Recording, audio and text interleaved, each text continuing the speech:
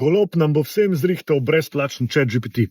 Napiši v komentarje, če se ti to zdi dobra ideja ali ne, ampak jaz mislim, da je to super ideja. Ne se hecati.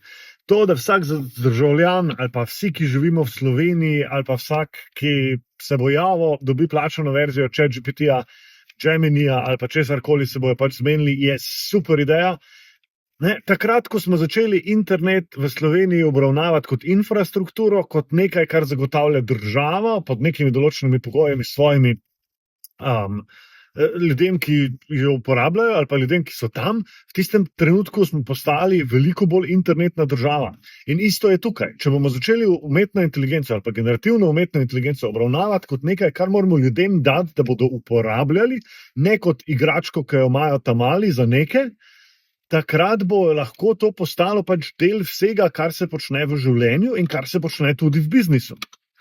A je to edina stvar, ki jo država mora zagotavljati? Verjetno ne. A je to prva stvar, ki jo država mora zagotavljati? Verjetno ne. Ampak zakaj pa ne?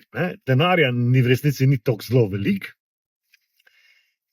In tudi, če ne bo neposrednih rezultatov, ker ne bo neposrednih rezultatov, ker ni nečesa, kar bomo lahko zmerili jutri ali pa čez en mesec v 7% GDP-ja, down the line se bojo stvari zgodile zmešano veliko. Nismo prva država, ki si bo to naredila, druge države so to že naredile ali pa so v procesu, da bojo to delale, in zakaj ne bi bili med prvimi in naredili to super dobro idejo.